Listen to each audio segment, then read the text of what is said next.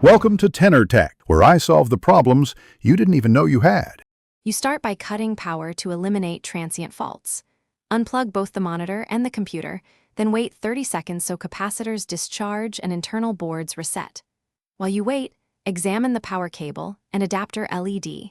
A lit LED confirms the adapter supplies voltage.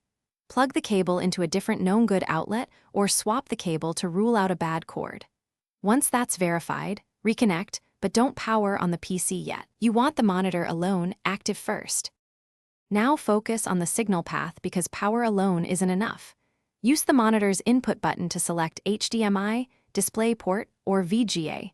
Cycling inputs helps detect an inactive source. If the monitor still shows no image, connect a laptop or console to verify the monitor displays from another device. This separates monitor faults from your PC's GPU. Swap cables and ports to eliminate a bad lead. While swapping, inspect connectors for bent pins or burn marks. Physical damage can prevent the monitor from wrecking. Finish by resetting and validating internal connections. Use the on-screen menu to run a factory reset. If the menu won't appear, hold power and menu buttons together for several seconds, as some Koorui models force a reset that way. If you're comfortable and out of warranty, remove the back panel to reseat internal ribbon cables and check the power board for blown capacitors.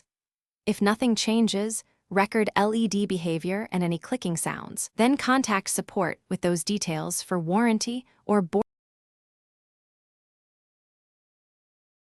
Thanks for watching. Subscribe to keep your life in tune.